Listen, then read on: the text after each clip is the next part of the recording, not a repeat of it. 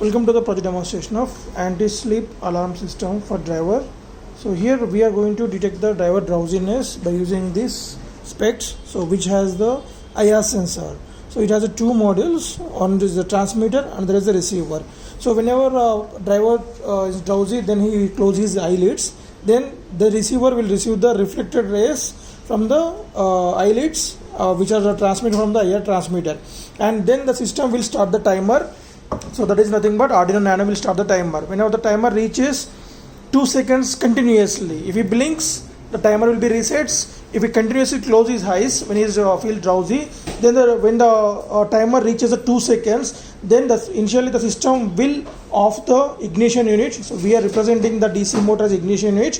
The communication between the section for the monitoring of this eye blinks sensor monitoring section to the ignition section is using this RF transmitter and RF receiver modules.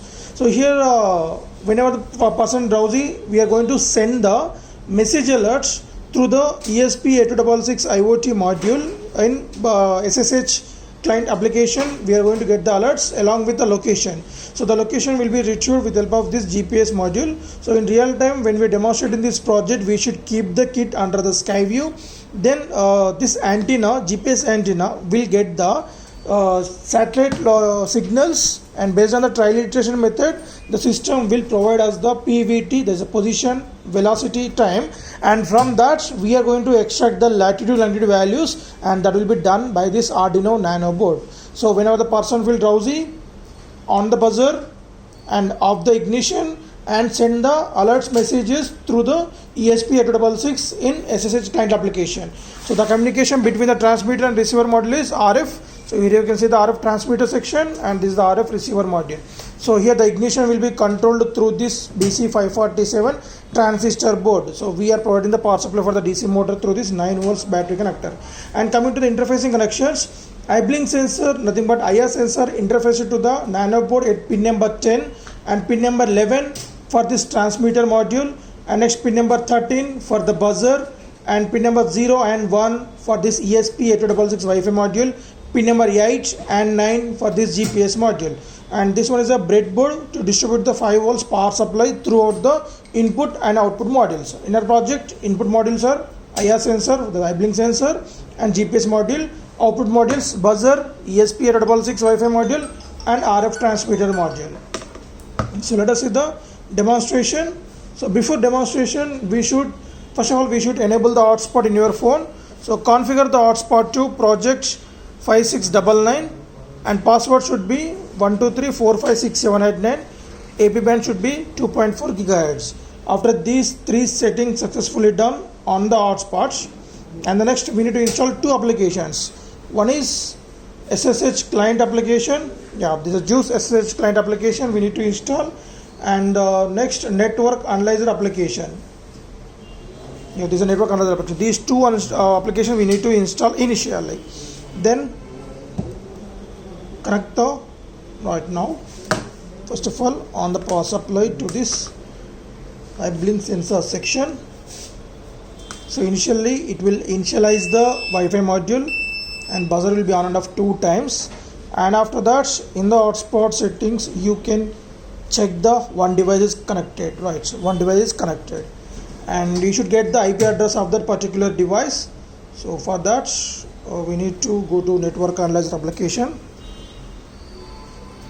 and go to options, LAN scan, do the scan.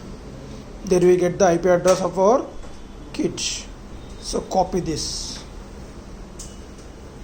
Now to get the IP address only, we are using this network analyzer application, and now go to Juice SSH client application, and in that manage connections, add new. When you're demonstrating first time, it will ask for that, and type telnet. 3 settings. One is a type telnet and IP address which we got from the network analyzer application, and port number 8080.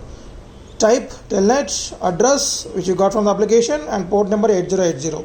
Click on OK. Now connect to that. So there we get the 3 lines like this. Okay, as the device was connected now. Now you can on the power supply to this DC motor.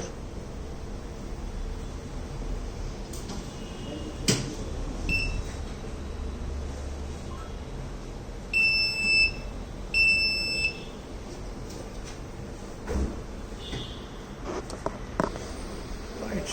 Okay. You can see that when we reset it. So when you reset it, you need to open again from this app. The motor got switched on. Right. So everything is normal now. Just I am demonstrating it now with my hand. So my hand is considering as the eyelid. When it's closed for 2 seconds continuously, then automatically buzzer on. As we can see, the alert message is sent to your mobile phone. You can see that. Okay, you can just copy this link in the Google, you can paste that link in Google Chrome to get the live location on the Google Maps. So now you can see the demonstration real time. Right. So now let us see that I'm resetting the system now. So we should check the second light should get switched on whenever when you close your eyes, then only the light should get switched on. So according to my blinking, the light also blinks continuously. Again reset.